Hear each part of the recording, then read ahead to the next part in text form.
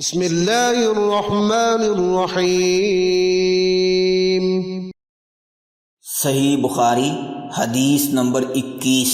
اس حدیث کو ہم سے سلیمان بن حرب نے بیان کیا، ان سے شعبہ نے، وہ قتادہ سے روایت کرتے ہیں، وہ انس رضی اللہ عنہ سے، اور وہ نبی کریم صلی اللہ علیہ وآلہ وسلم سے نقل کرتے ہیں کہ آپ صلی اللہ علیہ وآلہ وسلم نے فرمایا، جس شخص میں یہ 3 باتیں ہوں گی وہ ایمان کا مزہ پا لے گا۔ ایک یہ کہ وہ شخص جسے اللہ اور اس کا رسول ان کے ماں سوا سے زیادہ عزیز ہوں، اور دوسرے یہ کہ جو کسی بندے سے محض اللہ ہی کے لیے محبت کرے، اور تیسری بات یہ کہ جسے اللہ نے کفر سے نجات دی ہو پھر دوبارہ کفر اختیار کرنے کو وہ ایسا برا سمجھے جیسے آگ میں گر جانے کو برا جانتا ہے۔ چینل کو سبسکرائب کریں اور بیل آئیکن ضرور پریس کریں۔